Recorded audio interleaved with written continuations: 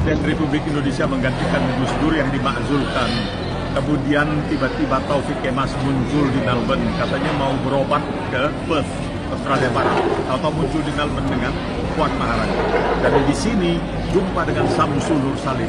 Dan setelah Taufik Kemas pulang, maka Megawati mengeluarkan SKL, surat keterangan lunas, yang ditentang awalnya oleh Kwi Kian Gi, tetapi kemudian Kwi Kian Gi dibujuk, dipaksa bagaimana. Dan kembali lagi bersama kami pada saat ini seperti yang kita ketahui bahwa KPK telah gencar-gencarnya melakukan dan penanganan kasus korupsi serta menangkap para tersangka yang memang kerap melakukan usaha melarikan diri dari hukum yang berlaku di negeri kita tercinta yakni Indonesia. Lalu di antara rekan-rekan mungkin masih ada yang mandek di hatinya. Bagaimana dengan skandal mega korupsi BLBI yang pada saat itu instruksi presiden dari Megawati Soekarno Putri sangat-sangat merugikan dan bahkan dikatakan sangat fatal sehingga menyebabkan kerugian negara. Hal ini kemudian diungkap oleh mantan Menteri Badan Perencanaan Pembangunan Nasional, mengatakan bahwa instruksi Presiden nomor 8 tahun 2022 yang diteken Megawati ketika menjadi Presiden Republik Indonesia berakibat sangat fatal, karena memang hal tersebut didasari atas dari dampak impres tersebut yang banyak menyebabkan kerugian kepada negara Republik Indonesia. Bahkan rekan-rekan ditambahkan olehnya bahwa SKL ini sangat berbahaya dan menimbulkan persoalan di kemudian hari. Patut dicatat bahwa pada saat itu beliau mengatakan ini akan menimbulkan persoalan di kemudian hari. Kemudian akan mengakibatkan kerugian negara yang sangat besar. Sangat masuk akal sekali statementnya karena memang kerugian negara dari skandal kasus korupsi BLBI ini ratusan triliun. Bahkan kalau rekan-rekan ingat, di era kepemimpinan Presiden ke-7 kita, Pak Jokowi, pernah membangun sebuah satgas yang bernama Satgas BLBI. Jadi untuk mengambil alih aset-aset negara yang memang dikorupsi oleh dalang-dalang korupsi dari BLBI itu sendiri. Kemudian bagaimana Min pada saat ini progres penanganan kasusnya?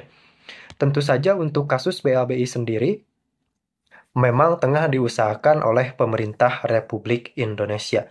Karena memang pada kenyataannya, kata Pak Presiden Prabowo Subianto, setiap kasus korupsi harus menerima konsekuensinya.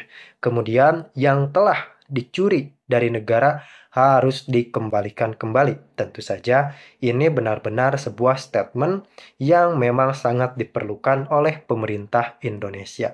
Jadi memang pada saat itu ketika pemilik-pemilik utang kepada negara diberikan surat impres tentang SKL tersebut, tentu saja pembebasan dari segala tuntutan hukum kepada konglomerat yang dianggap telah melunasi utang BLBI berdasarkan impres tersebut.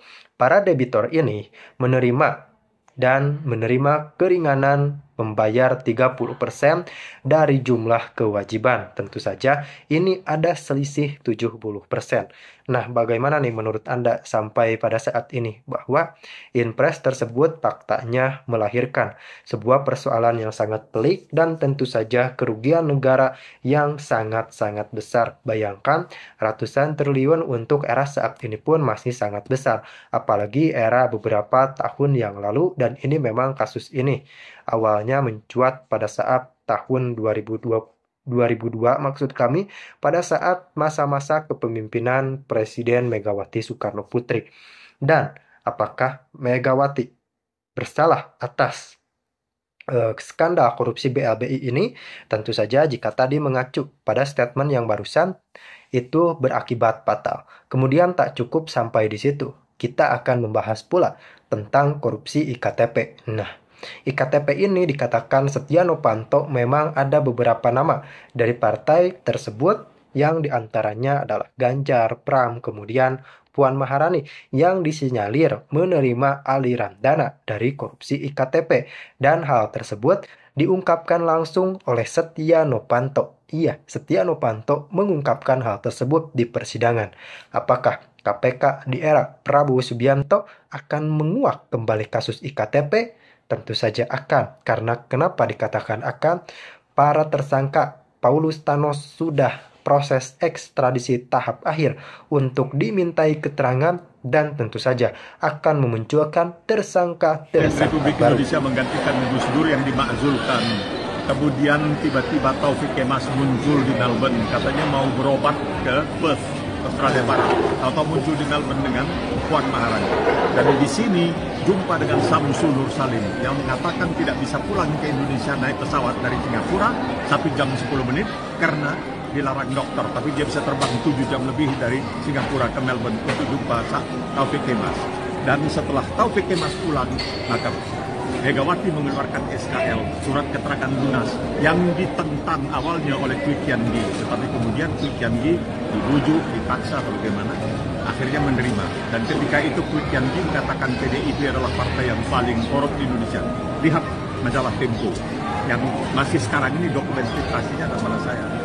Jadi kita mesti mengetahui apa yang terjadi dalam pertemuan antara Taufik Kemas almarhum dengan Samsul Nur Salim yang mendapat surat keterangan lunas SKL. Bagaimana pertemuannya itu? Hotel Hyatt sampai di booking juga? Bagaimana? 2 lantai. Tidak percaya, tanyakan Konsul Jenderal Republik Indonesia yang waktu itu bertugas di Melbourne. Kalau saya tidak salah, Pak Wahid Suprayadi, sekarang Duta Besar Republik Indonesia di Moskow. Benar atau tidak? Benar. Dia mengaku pergi ke Perth untuk memeriksakan kesehatan, tapi tahu-tahu muncul di Melbourne. Saya waktu itu masih aktif sebagai broadcaster dan wartawan. Tidak diperkenankan jumpa dengan Taufik yang saya kenal. Karena dia waktu itu berjumpa dengan Samsul Nur Salim. Samsul Nur Salim tidak bisa terbang dari Singapura ke Jakarta 1 jam 10 menit karena alasan kesehatan, tapi sanggup terbang dari Singapura ke Melbourne 7 jam lebih. Ya tebalah. 2 tambah 2 masa tidak jadi 4? Tidak mungkin jadi 5 kan? 2 tambah 2 jadi 5. Ya waktu itu antara lain Puan Maharani yang nonton bioskop katanya satu bioskop itu diblokir. Ya tanyalah anggota masyarakat Indonesia yang ada di Melbourne. Di antaranya Ketua Indonesia Club, Luki Kalontar, dia pun tahu. Wah itu hebat betul, kita jadi bangga juga ini. Kalau orang Indonesia mau nonton bioskop tuh dia beli semua tiketnya walaupun dia hanya berdua atau bertiga nonton. Itulah hebatnya orang Indonesia. Bukan orang baik, itulah hebatnya dia bisa kuasai seluruh bioskop di sini. Pak, tadi pembukaannya ngebahas apa aja sih Pak? Kayak banyak banget poin pentingnya Pak. Yes, ya karena ini saya pikir langka, ya sulit sekali ya. Ini dalam suasana informal, mereka merasa nyaman. Saya juga udah nyampaikan bahwa jangan terlalu tegang. Ini kan hanya nyengil tempat saja, ya di lingkungan akademi militer, dan itu akmilnya sendiri kan sebetulnya di sebelah. Ini kan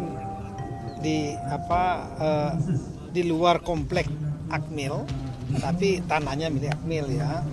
Nah,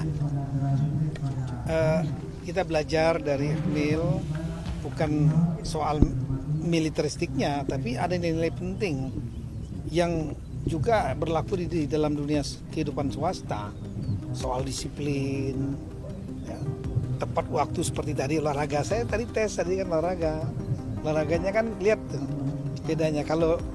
Kalau teman-teman militer dan Polri biasanya on time jam 5.30 5.30. Tadi kan begitu musik mulai baru tadinya sedikit baru rame. Nah kita mau merubah pola itu selama seminggu ini supaya mereka bisa tepat waktu. Supaya nanti di waktu dia di tempat kerja masing-masing ketika membuat rapat jam misalnya 9, ya betul-betul jam 9. Undangan semua datang jam 9 ya mulai, jangan mundur lagi. Ada di daerah saya tahu ya, acaranya dimulai undangan jam 8 dimulai jam 12. Saya pernah waktu saya Kapolda jam 12 dimulai. Nah, ini kan nggak bagus secara seperti itu. Kebersihan ya, di lingkungan Akmil ini kan, militer ini kan salah satunya selalu bersih di kurve.